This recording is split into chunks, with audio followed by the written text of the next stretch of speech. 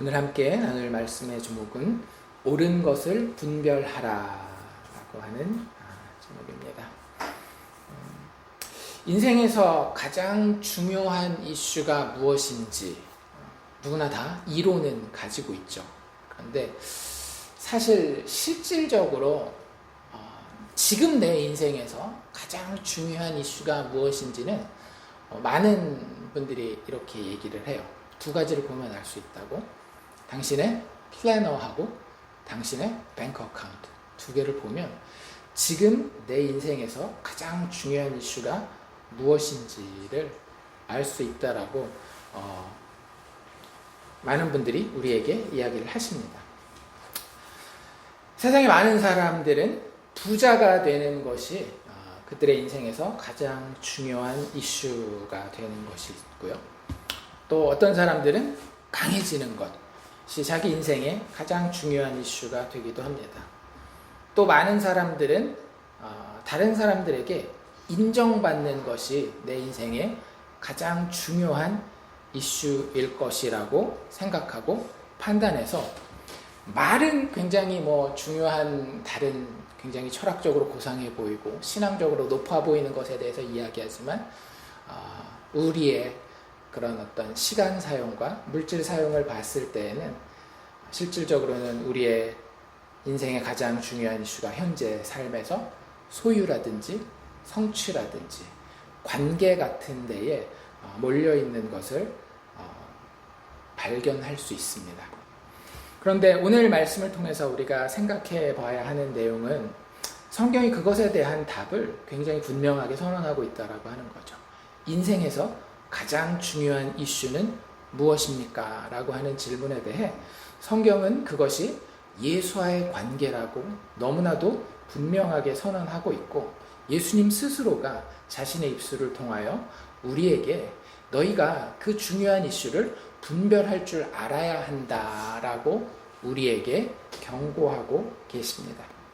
그래서 오늘 본문 이렇게 쭉 들어가는데 그 배경을 살펴본다라고 한다면 우리 지난주에 뭐에 대해서 살펴봤는지 혹시 기억나세요? 어리석은 부자의 비유에 대해서 살펴봤죠. 그래서 9장부터 쭉 시작된 제자도의 이야기가 좀 더 세밀하게 다뤄지면서 하나님을 신뢰하는 것에 대한 그런 문제를 우리가 그 물질이라고 하는 측면과 비교해서 지난주 어리석은 부자 비유에서 다시 한번 생각해 볼 수 있는 기회가 있었고요.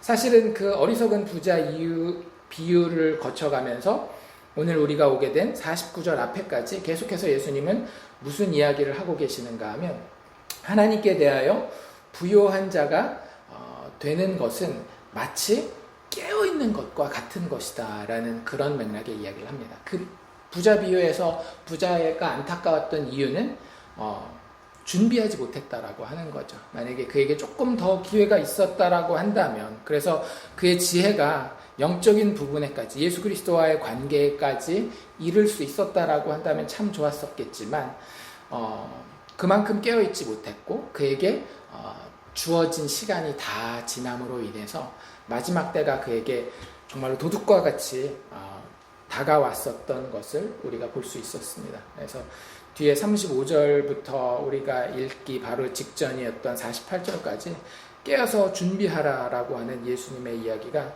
몇 가지 비유들을 통해서 혼인집에서 주인을 기다리는 종들의 이야기 이런 것들 혹은 도둑을 대비하는 집주인의 이야기 여러 가지 이런 이야기들을 통해서 준비하라, 깨어서 준비하라 라고 예수님이 경고하고 계십니다. 그리고 그 준비는 무엇에 대한 준비인가 하면 내 인생에 지금 가장 중요한 이슈가 무엇인지 내가 그 이슈를 바로 붙들고 있을 때에 주님 오시는 그날에 마지막 심판날의 때가 되었을 때에 우리에게 정말로 우리가 제대로 서 있는지를 보여주는 그런 결과가 있다라고 하는 것을 이야기하고 있는 맥락에서 오늘 49절 말씀이 시작됩니다. 그래서 49절부터 59절에서 예수님이 일단 무엇에 대해서 이야기하고 계신가 하면 본인이 오신 그 일, 예수 사건이라고 이야기를 합시다. 예수 사건의 의미와 그 예수 사건이 그런 의미를 가졌기 때문에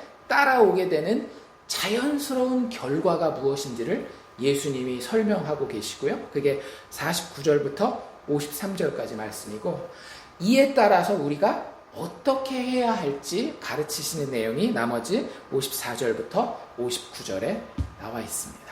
그래서 우리가 그런 내용들을 살펴볼 텐데요. 제일 먼저 우리가 살펴볼 내용은 예수께서 오신 이유를 먼저 살펴봅시다. 예수님이 오신 이유가 무엇이며 또 그것을 성취하는 방식이 좀 특별하다라고 예수님이 선언하고 계셔요. 그래서 예수님이 오신 이유부터 먼저 살펴볼 텐데 49절에 이렇게 예수님이 아주 분명하게 이야기하고 계십니다. 내가 불을 땅에 던지러 왔다라고 이야기를 하고 계셔요. 불을 던지러 오셨다라고 하는 그런 그림은 사실은 많은 특별히 복음서를 실제 읽지 않는 문화로서만 혹은 종교 생활로서만 예수님을 접한 사람들이 그리기 굉장히 힘든 그림이에요. 그냥 잘 모르는 사람들, 성경적인 배경이 없는 사람들도 누군가가 불을 던진다라고 한다면 굉장히 평안하고 안심이 되고 행복하기보다는 어떤 느낌이 드는가 하면 불안하고 약간 두렵고 이런 느낌이 들어요. 그래서 성경에서 불이라고 하는 것에 대해서 우리가 어떤 의미를 가지는지, 특별히 이 누가복음의 맥락에서 불이라고 하는 단어가 어떤 의미를 가지고 있길래 예수님이 자기 자신이 오신 목적, 그 이유를 불을 던지러 왔다라고 하는지 우리가 다시 한번 생각해 볼 수가 있습니다. 불은 여러 가지를 의미할 수 있어요. 조금 여기서 이제 누가복음의 미래적인 의미에서 바라본다라고 한다면 오순절 성령 강림에 불의 혀같이 내리시는 성령의 모습으로 우리가 이해하는 것도 하나의 이해 방법이 될 수 있고, 또 깨끗게 하시는, 하나님의 정결케 하시는 그런 의미로서의 불도 한 가지 불을 이해하는 방법인데, 요 누가복음의 문맥에서 그런 것들을 배제하지는 않지만 좀 더 누가복음의 맥락에서 이 불을 좀 더 세밀하게 살펴본다라고 한다면 어디를 살펴봐야 되는가 하면 요 앞에 나와 있는 누가복음 3장에 예수님이 세례받는 장면을 살펴보면 여기서 이야기하는 불이 이런 부분에 좀 더 강조를 두어서 예수님이 하신 말씀이겠구나라는 그런 힌트를 얻을 수가 있습니다. 누가복음 3장 16절과 17절로 넘어가 보면요, 그 예수님 세례받는 장면에서 이런 이야기가 나옵니다. 예수님이 세례받기 직전이에요. 세례 요한이 사람들에게 이렇게 이야기를 합니다. 16절부터 제가 읽어드리면요, 요한이 모든 사람에게 대답하여 이르되, 그러니까 요한 보고 사람들이 계속 당신이 오리라 할 그 메시아가 맞습니까? 라고 물어보는 것에 대한 대답이에요. 뭐라고 대답하는가 하면 이르되 나는 물로 너희에게 세례를 베풀거니와 나보다 능력이 많으신 이가 오시나니, 자기가 메시아가 아니라 메시아가 오실 거라는 이야기죠. 그리고 그 오실 메시아의 가치와 그분이 하실 일에 대해서 이렇게 얘기를 하는데요. 그분이 어느 정도 가치를 가지고 있느냐? 나는 그의 신발끈을 풀기도 감당하지 못하겠노라. 정말로 인간의 가장 뛰어난 선지자 중 하나라고 하는 세례 요한 본인과는 비교할 수도 없는 하나님의 영광을 가지신 분으로 예수님의 가치에 대해서, 메시아의 가치에 대해서 설명하고요. 그리고 그 이후에 메시아가 하실 일에 대해서 이렇게 이야기를 합니다. 뭐라고 이야기해요? 그는 성령과 불로 너희에게 세례를 베풀 것이다. 이렇게 이야기를 해요. 마가복음 같은데 똑같은 데는 뭐라고 나와 있는가 하면 예수님에 대해서 이 같은 설명을 하면서 나보다 더 나은 분이 오실 텐데 그분이 성령으로 너희에게 세례를 베푸실 것이다. 이렇게 나와 있어요. 그럼 누가복음에는 성령과 불로서라고 하는 표현이 같이 나와 있죠. 그럼 이 불이 여기서부터 뭔가 조금 더 다른 복음서와는 달리 누가복음서에서 전하고자 하는 뉘앙스가 있을 거라고 하는 거예요. 그래서 그 뒤를 조금 더 읽어보면 성령과 불로서 너에게 세례를 베풀 것이요 라고 이야기를 하면서 바로 17절에 뭐라고 얘기를 하시는가 하면 손에 키를 들고 자기의 타작마당을 정하게 하사, 그 성령 세례를 통해서 오실 메시아가 그가 베푸실 세례를 통해서 하신 일이 무엇인가 하면 타작마당을 깨끗하게 하는 거예요. 타작마당을 깨끗하게 하사 알곡은 모아드리고 쭉정이는 꺼지지 않는 불에 태우시리라 라고 이야기를 해요. 여기 불이 나오죠. 그렇죠? 불이 하는 역할이 뭐예요? 심판, 태움이라고 하는 겁니다. 그런데 이 심판이라고 하는 태움이라고 하는 것의 역할에는 단지 없애는 것의 역할만 있는 것은 아니에요. 아까도 이야기한 것처럼 구약에 나와 있는 여러 가지 표현들을 통해서 볼 때 이게 태울 때에 어떤 것들은 타서 없어지기도 하지만 어떤 것들은 타서 남되 그냥 남는 것이 아니라 더 나은 것으로 변하여서 남는, 예를 들자면 우리가 금을 정련하는 그런 과정들을 성경이 갖다가 쓰고 있잖아요. 그래서 여기서 태움이라고 하는 것은 심판이라고 하는 데에 조금 더 강한 강조점을 두고 있지만 그것으로 모든 것을 덮는 것이 아니라 어떤 부분에 있어서는 대부분의 것들이 없어지긴 하지만 어떤 것들은 여기도 나와 있는 것처럼 정하게 한다라고 하는 그런 표현을 통해서 알곡은 오히려 더 드러내어서 그것을 하나님의 곳간에 모으는 그런 역할을 하는 것이 그리스도가 불을 던지는 모습으로 우리에게 소개되어지고 있습니다. 즉 예수님이 불을 던지러 오신 이유는 무엇인가 하면 의로우신 하나님의 뜻대로 죄를 멸하시기 위해 이 땅에 오셨다라고 하는 거예요. 그래서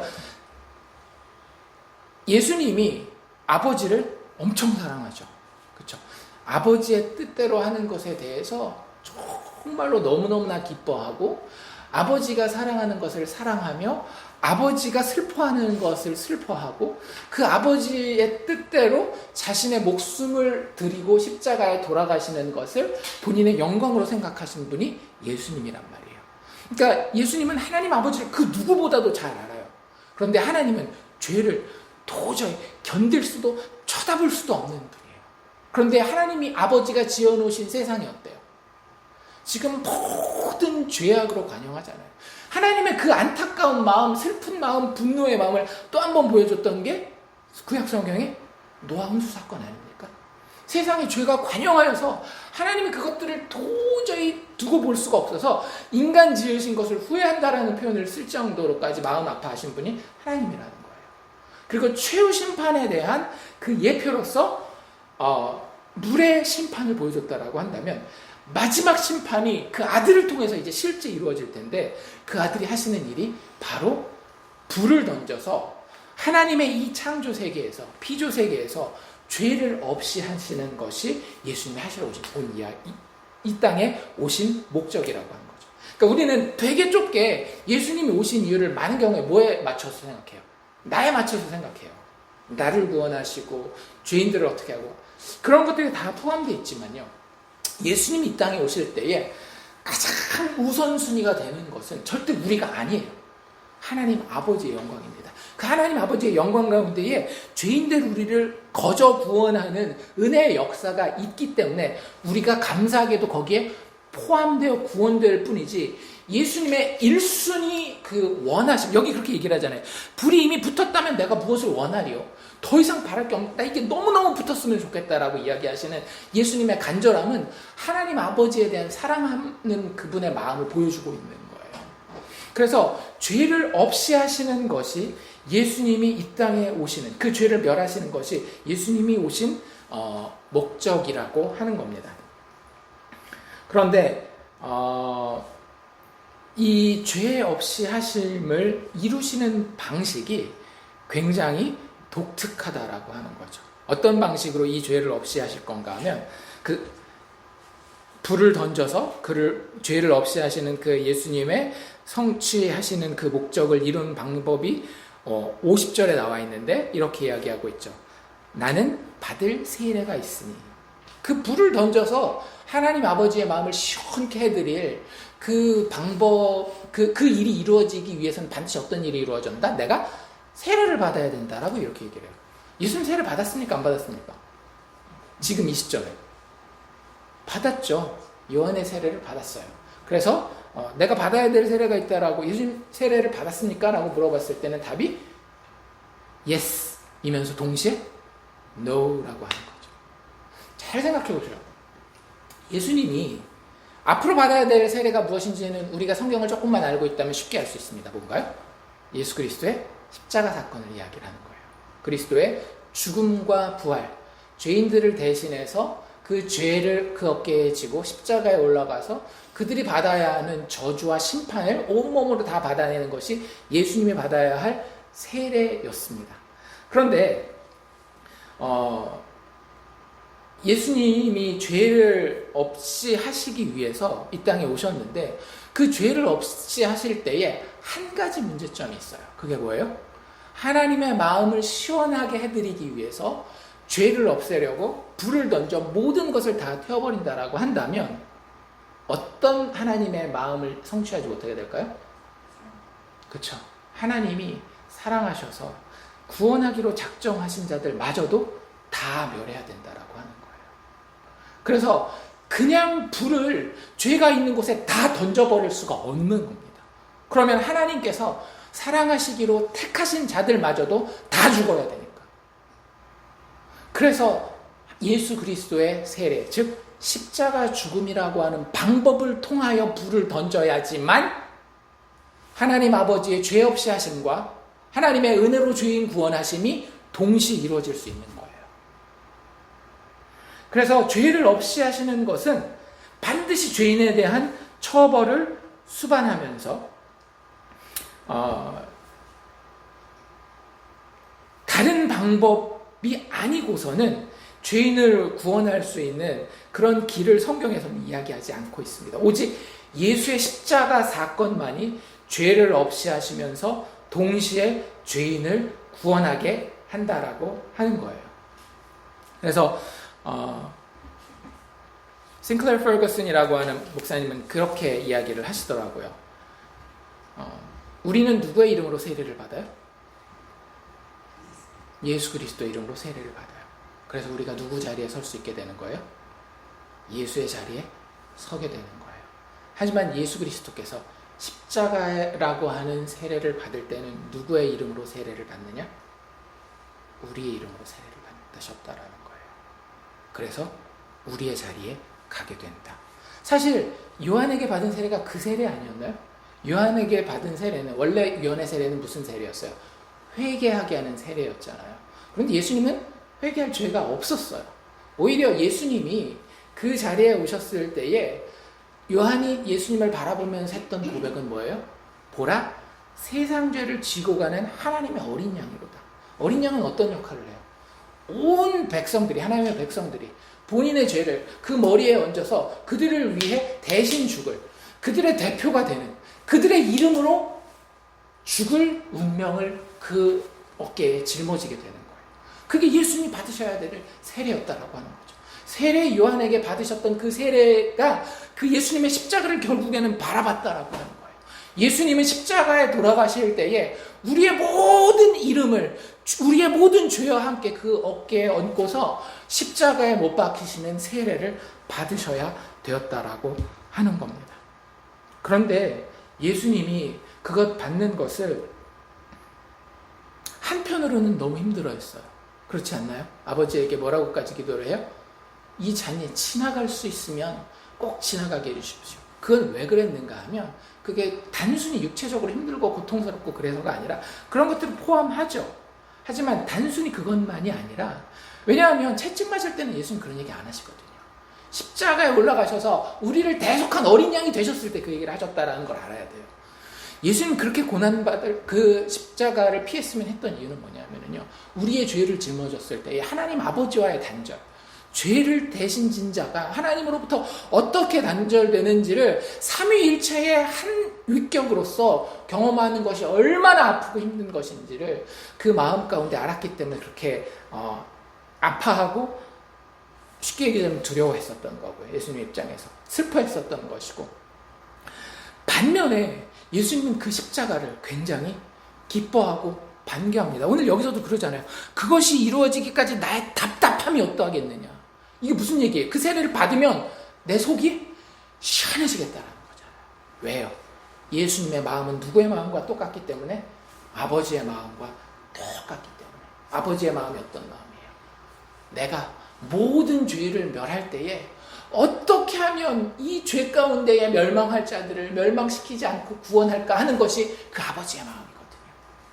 그 마음을 알기 때문에 자기가 죽지 않고는 아버지께서 사랑하기로 택하신 그 자들을 구원할 방법이 없는데, 그래서 아버지의 마음이 너무 아플 것을 노아 방주 때 우리가 봤던 그 자기가 지은 인간들을 놓고, 하나님의 형상으로 지은 그 인간들을 놓고 내가 저것들을 왜 지었을까라고 하는 그런 안타까워하는 그 아버지의 마음이 시원해질 것을 알기 때문에 그 세례 받기를 그렇게 고대하고 그것이 이루어지기까지는 답답해 하시는 그 예수님의 모습을 볼 수 있습니다. 이런 것을 잘 알 수 있는 본문이 누가복음에 나와 있었죠. 뭐라고 얘기를 해요? 누가복음 5장 32절에 보면 내가 의인을 부르러 온 것이 아니요 죄인을 불러 회개시키러 왔노라. 예수님이 오신 목적이 불을 던지러 왔어요. 그런데 그 불을 던지면 어떤 일이 벌어지는가 하면 예수 믿는 자들에게는 놀라운 일이 벌어지는 거예요.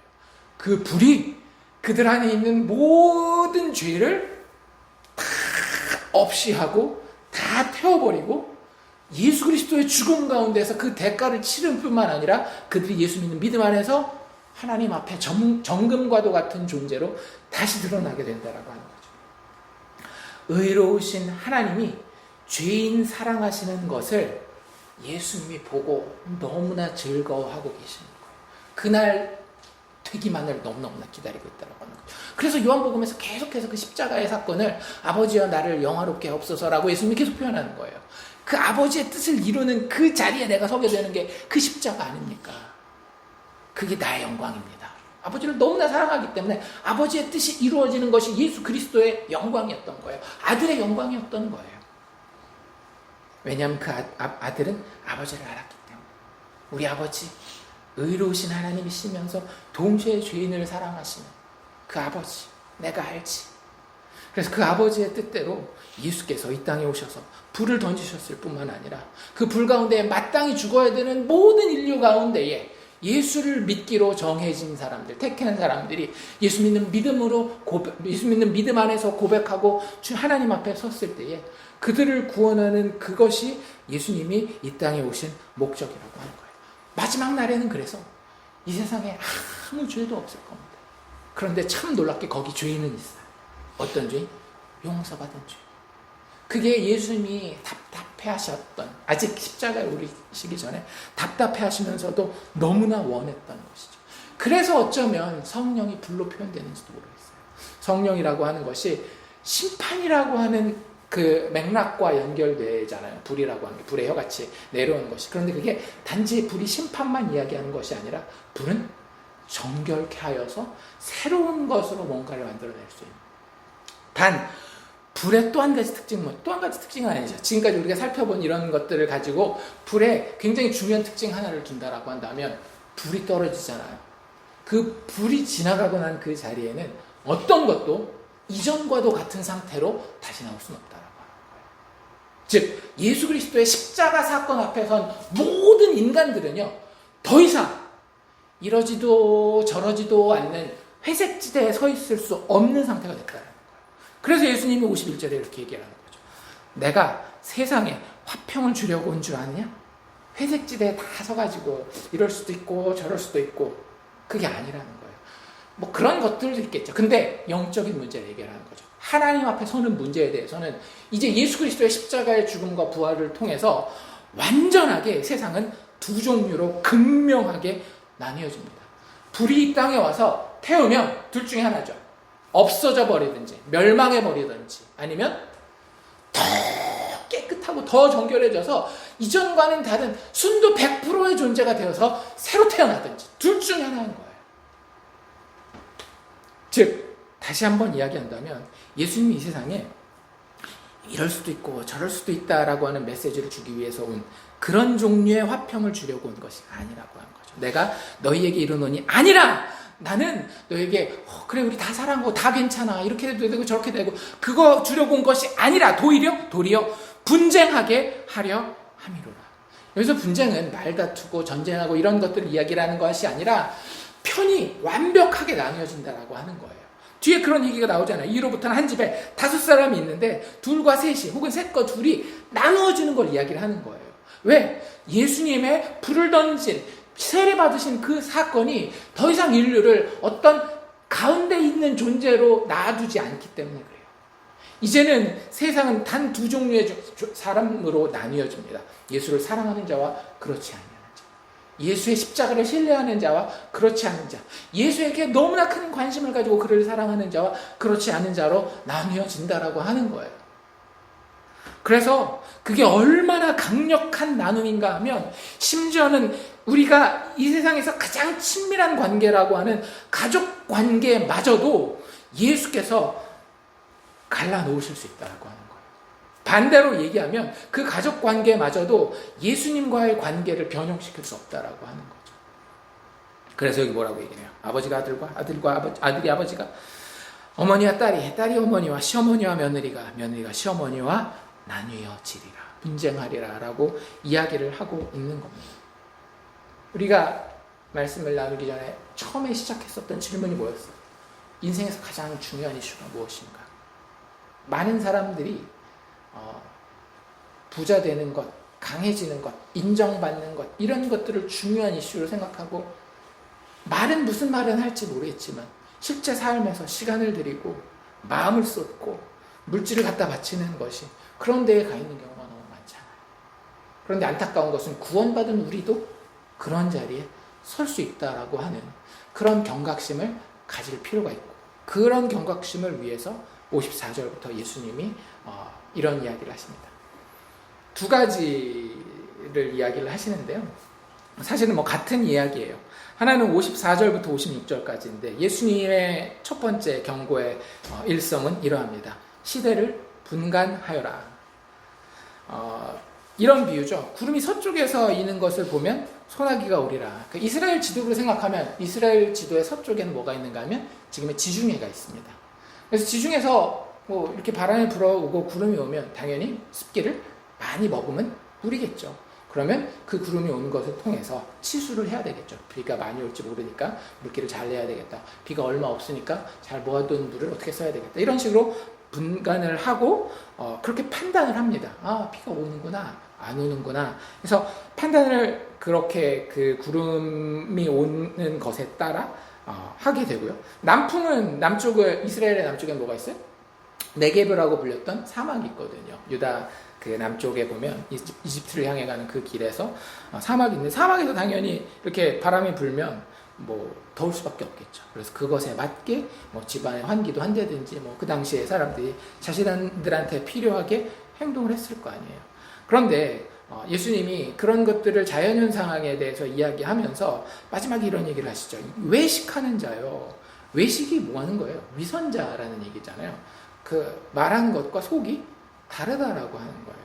뭔가 이중적인 그런 태도를 가졌고, 원래 그 헬라어 뜻대로 한다라고 한다면 원래 자기가 아닌 어떤 기대되어지는, 관객들로부터 기대되어지는 그 역할을 감당해서 그거대로 하는 것을 여기서 이제 위선자라고 이야기를 하는 거예요. 히포크레트라고 하는 그 단어인데, 그래서 이 외식하는 자여라고 이야기를 하면서 그 당시 무리들에게 하시는 얘기가 이거예요. 너희가 천지의 기상은 분간할 줄 알면서, 여기서 분간할 줄 안다라고 하는 건 니네 똑똑하잖아 그런 얘기가 아니라, 분간해요. 분간하고 나면 어떻게 해요? 그거에 따른 행동이 있잖아요.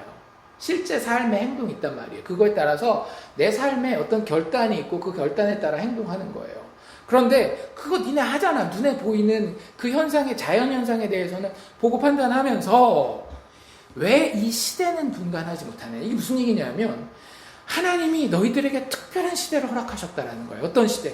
너희에게 기회이면서 동시에 책임을 져야 되는 하나님의 아들의 때를, 혹은 하나님의 나라의 임재의 때를 지금 허락하셨다라고 하는 거예요. 그렇기 때문에 이 사람들이 예수 사건에 대해서 자연현상은 늘 판단하고 그것을 이해하고 그래서 자기 삶에 적용하면서도 예수 사건의 의미에 대해서는 진지하고 정직하게 판단하지 않는 모습을 가지고 있는 거죠. 우리도 그렇지 않나요? 예수 사건이 우리에게 일어났어요.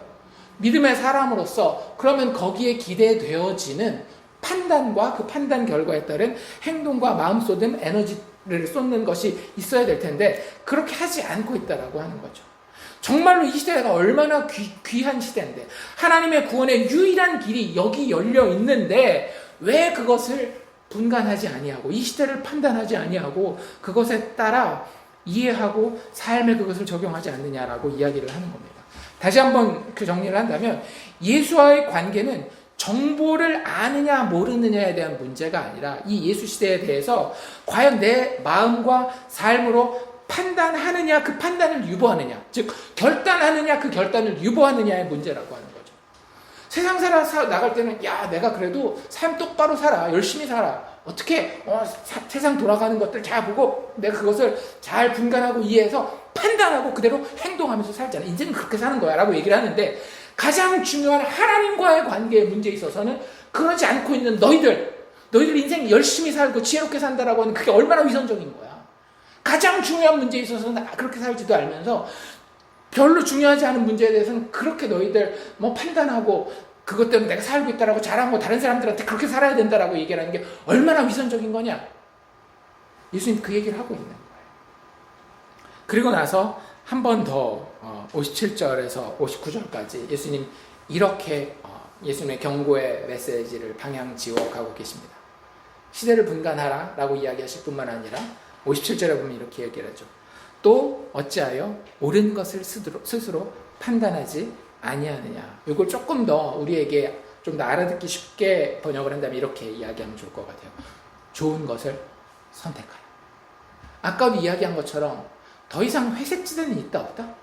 예수 그리스도의 십자가 사건의 조명하에 인생을 바라보잖아요. 그러면 소소라고 하는 거는 존재하지 않는다라는 거예요. 불이 지나갈 때에 둘 중에 하나예요. 멸망하거나 새롭게 깨끗하게 더 나은 존재로 태어나거나 둘 중에 하나라고 하는 거예요. 그래서 그 중에 좋은 것 택하라고 하는 거죠. 예수께서 너희를 위하여 대신 죽고 다시 살아나셔. 너희에게 성령을 부어줄 텐데 그 성령을 통하여 너희가 하나님 앞에 정말로 아름답고 영광스러운 존재로 예수의 의를 옷 입을 뿐만 아니라 그 의가 현실이 되는 삶의 모습으로 드러나게 되어질 것이다. 그거 선택하라는 거예요. 좋은 것을 선택하라. 그러면서 짧은 비유가 나오죠. 그 짧은 비유는 이런 것입니다. 어떤 사람이 누구한테 고발을 당해요. 그래서 재판장에게, 법관에게 가야 되는데 그 돈 문제였던 것 같아요. 빚의 문제. 그런데 참 재밌는 건 뭐냐면 성경에서 빚과 이 뭐라 그래야 될까, 동의어처럼 서로 상호 교환해서 쓸 수 있는 단어가 무엇인가 하면 죄죠. 그래서 우리가 우리에게 죄진 자를 사해 준 것 같이 할 때 그 debtor라는 표현을 쓴단 말이에요. 빚진 자. 그래서 빚이라고 하는 것은 사실 여기서 죄를 의미하는 거거든요. 우리가 죄의 빚을 졌어요. 그런데 그 죄의 빚을 한 푼이라도 남기지 아니하고 다 갚지 아니하고는 너희들은 끌려가서 옥졸에게 넘겨져서 감옥에 갇힐 것이다. 최종적인 심판을 이야기를 하는 거잖아요.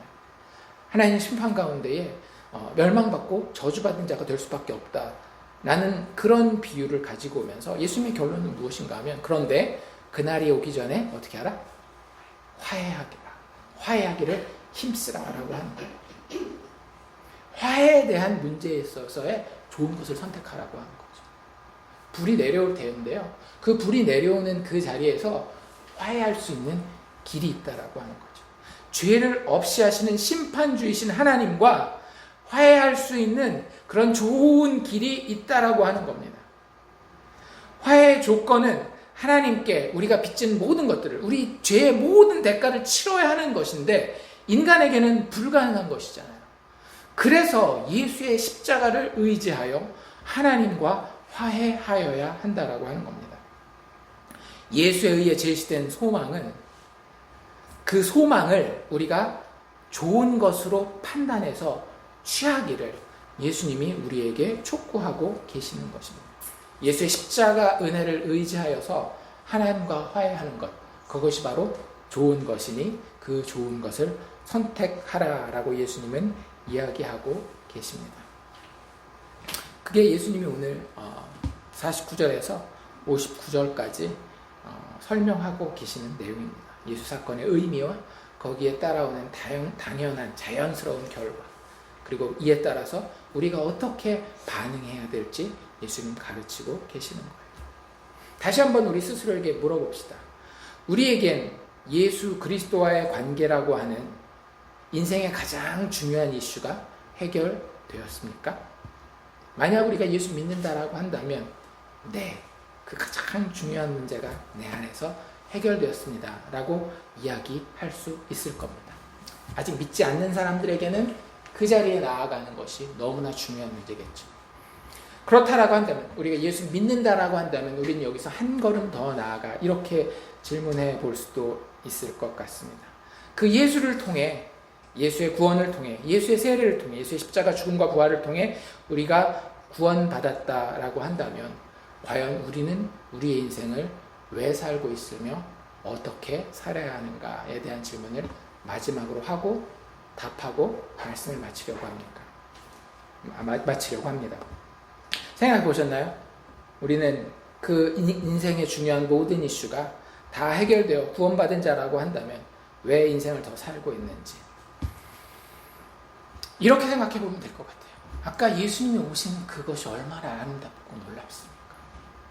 모든 더러운 것들을 없이 하시면서 동시에 그 더러운 자들 가운데에 아무 자격 없는 몇몇이 하나님 앞에 나왔을 때에 그들을 구원하기 원하시는 그 하나님의 아름다움, 예수님의 사랑하심. 우리가 이제 구원받았는데 하나님이 우리를 하나님께로 바로 부르지 않고 이 땅에 두셨다라고 한다면 그 이유는 이것이에요. 구원 이후에 우리의 인생의 가장 중요한 이슈는요, 그 예수가 얼마나 그리고 어떻게 사랑하시는지를 더 알아가고 더 체험하고, 그래서 그것을 더 높이 찬양하고 더 멀리까지 말하고 다니는 것이 우리의 인생의 목표라고 하는 것입니다. 우리가 직장생활도 하잖아요. 가정생활도 하잖아요. 친구들을 만나서 사회생활도 합니다. 그런데 우리가 예수를 통해서 하나님 아버지와 화해된, 용서받은 죄인이라고 한다면 그 인생은 왜 사는 건가 하면요, 그 인생을 통해서 야, 내가 어떻게 이런 것들을 누릴 수 있지? 그게 하나님 나를 사랑하기 때문에 그랬던 것이구나. 나에게 어떤 이렇게 어려움이 있지? 이 어려움이 사실은 내가 겪어야 되는 그 죄의 대가구나. 불로 타는 듯한 그 안타까움이겠구나. 그런데 이건 그림자에 불과한데 실체로서 내가 타야 되는 그 불을 예수님이 받으셨구나. 그 사랑이 얼마나 컸을까? 고난 가운데서도, 기쁨 가운데서도, 먹고 마시고 무엇을 하는 가운데에서도 나를 사랑하신, 죄를 양보하지 않으면서 동시에 목숨을 바쳐 그 죄인들을 사랑하신 그 하나님이 어떻게 이렇게 사랑하셨지? How marvelous, how amazing, how wonderful. 어떻게 이럴 수가 있지? 그걸 체험하고 말하는 것이 우리의 삶의 목적이라고 하는 거예요. 우리가 옳은 것을 분별한다라고 한다면 예수님이 어떻게 우리를 구원하셨고 우리가 거기에 어떻게 반응하기를 하나님이 원하시는지를 제대로 분별하기만 한다라고 한다면 우리의 인생은 정말로 능력 있는 인생이 될 줄로 믿습니다. 우리가 무엇을 성취하기 때문이 아니라 이미 성취된 예수 그리스도의 십자가 사건의 놀라움을 정말로 내 뼛속 깊이 체험하는 그런 기회가 되어지기 때문에 우리가 그분 너무너무 보고 싶죠. 그 나라 가서 그분 만나기를 원하지만 우리는 그분 신뢰하잖아요. 그분이 우리에게 인생을 아직 더 시간과 공간 안에 남겨두었다라고 했을 때는 뭔가 하나님이 내가 바로 갖는 것보다 더 좋은 무엇인가가 있어서 이 자리에 남겨놓은 거 아니겠어요? 그 좋은 것을 분별하면서 삽시다. 성령 안에서 예수 십자가의 대속을 의지하여, 그 은혜를 의지하여 다가올 하나님의 심판을 피해 하나님과 화해하게 된 것을 너무나 즐거워하면서 예수님 다시 오실 그날까지 그분의 사랑 안에서 거하고 자라가기를 주의 이름으로 축원합니다.